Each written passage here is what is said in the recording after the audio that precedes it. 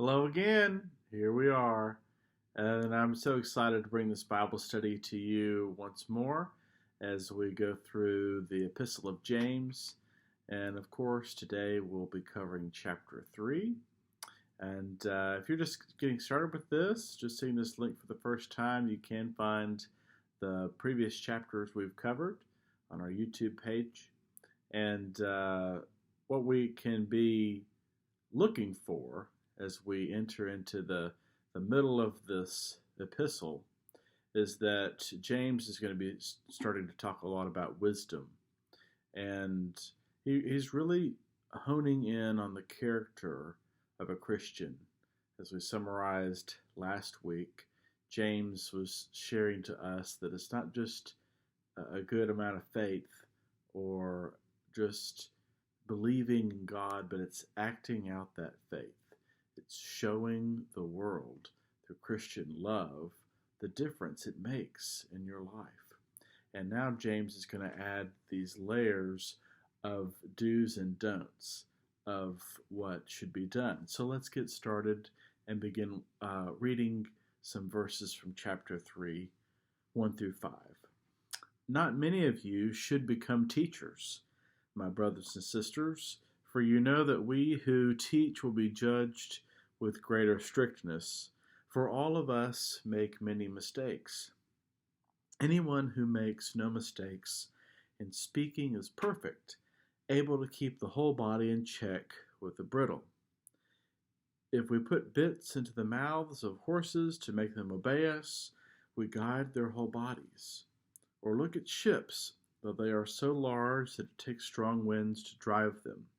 Yet they are guided by a very small rudder, wherever the will of the pilot directs. So also the tongue is a small member, yet it boasts of great exploits. The very beginning of this verse, as I was reading it, it almost sounded like James was coming off a little condescending. Not many of you should become teachers, my brothers and sisters.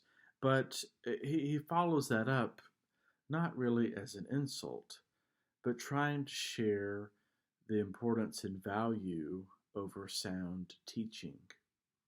And in this day and time in which James is sharing this message, Christianity is emerging as a faith, but it's new.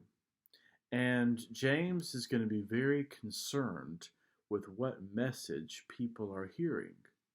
He wants to have some purity with this message. And there can be different variations of the message of Christ that he may not believe are accurate or true. And he wants to ensure that the teachers of the gospel message understand the truth and understand the weight of carrying that truth to others' ears. And he begins to talk about the tongue, and he uses some metaphors to help us understand the complexity.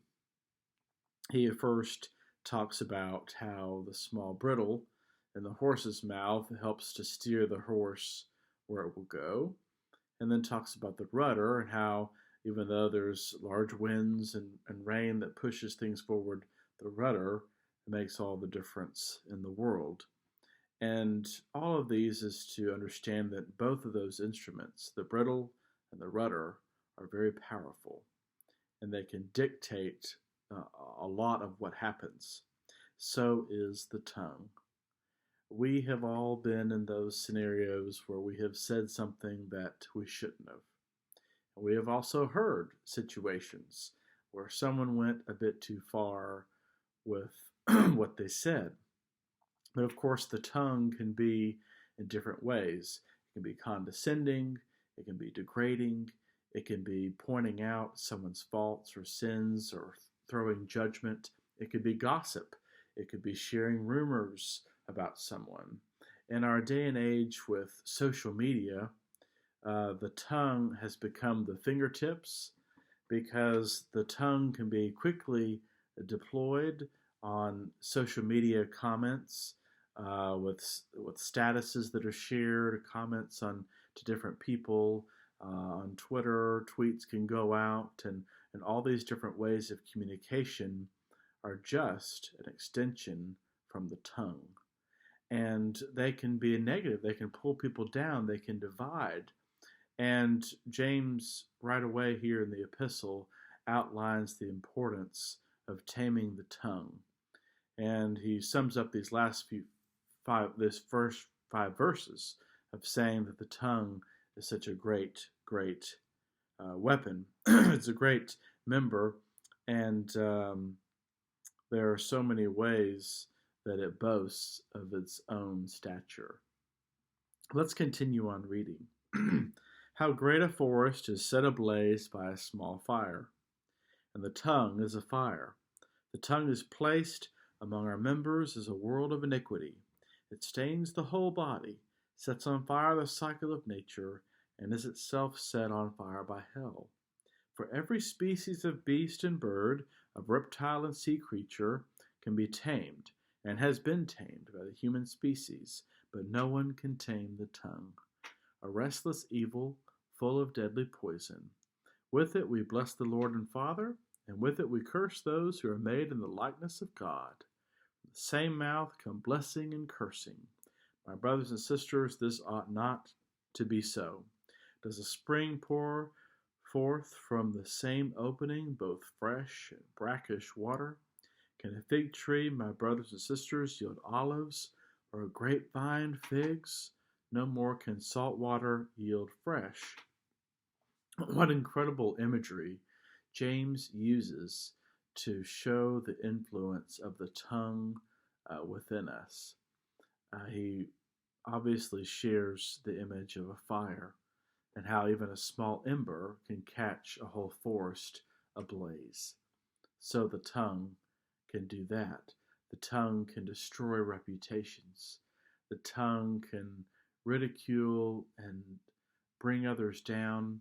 The tongue can be shared as a witness in court that sends people to jail or to their death. There are all different kinds of ways in which our tongue can commit sharings of evil and violence in the form of speech. And what James wants to offer to us is that this shouldn't be a situation where we are hypocritical, where the tongue is so wild and untamed that whatever thought comes to our minds, we immediately say it, good or bad, ugly or sweet. What James is trying to share to us in these verses is that we must cling to God and allow God to purify us, to strengthen us, to grow our minds, to be more compassionate and merciful, and to be focused upon our tongue, our thoughts. I think it's very powerful, this phrase from verse 9. With it we bless the Lord and Father, and with it we curse those who are made in the likeness of God. We've done that. I've done that. You can probably share a time or two that you have done the same thing, where we've praised God, and in the next moment, we're tearing someone down. In fact, there are occasions when we can probably think to being in Sunday worship, and as soon as we leave Sunday worship, something happens, no fault of our own, and all of a sudden, we have an ugly comment about somebody. Those are character traits. And James is urging us to cling to Christ and allow Christ to grow within us a spirit and a heart that looks first to how Christ would share and respond. In doing so, we're grooming ourselves to be more and more like Christ. And so let us continue and share in these last few verses of chapter 13 of chapter 3. Verse 13, who is wise and understanding among you? Show by your good life that your works are done with gentleness born of wisdom. But if you have bitter envy and selfish ambition in your hearts, do not be boastful and false to the truth. Such wisdom does not come down from above, but is earthly, unspiritual, devilish. From where there is envy and selfish ambition, there will also be disorder and wickedness of every kind. But the wisdom from above is first pure, then peaceable, gentle, willing to yield, full of mercy and good fruits, without a trace of partiality or hypocrisy, and a harvest of righteousness is sown in peace for those who make peace. What a great summation to the themes that James has been sharing through this entire chapter that is a key part of his entire epistle. I want to reiterate how James, in the early part of this epistle, has been sharing the nature of how a Christian is a Christian, by their faith and through their works, their actions, how they live out their life. And now James is getting into the nitty-gritty of Christian character because he's tying in thoughts. He's talking about ambitions. He's talking about envy. He's talking about things that are within us that drive us. And those thoughts lead to how our tongue deploys poisonous barbs. And so the goal of the Christian life is to become so like Christ that these ways that we struggle with each day, that those are removed, those are cleansed, those are rubbed away, those are chiseled away. And I want to focus us on verse 17 and 18. But the wisdom from above is first pure, then peaceable, gentle, willing to yield, full of mercy and good fruits, without a trace of partiality or hypocrisy, and a harvest of righteousness is sown in peace for those who make peace. James is sharing in these two verses the importance of the pure of heart. James is sharing the importance of no partiality or hypocrisy. Now, we've talked about partiality a couple sessions ago. We've talked about hypocrisy today. And all of this sums up that James wants our Christian life to be true, to be focused, to be clinging to Christ, not to be going in different directions, but to be centered upon Christ, not having hypocrisy come from our tongue, come from our thoughts, come from our actions, not having partiality for those manipulations that we might have in our head to exert control or power, but instead for those to be washed away, to be cleansed, and to be forged by a strength from Christ. I want to share a couple reflection questions with you as we covered chapter 3. I want you to reflect on a time in which your tongue lashed, when you maybe have shared that poisonous barb to someone. If you can't think of one in particular, maybe you can think of at least a thought that you had that was not kind. And what I want you to do is first, if you haven't forgiven yourself, I hope that you can work through that comment you shared or thought of and place it into a position to seek forgiveness. But I want you to reflect upon what brought about you sharing that comment.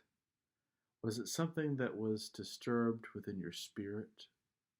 Was it something someone did specifically and personally to you?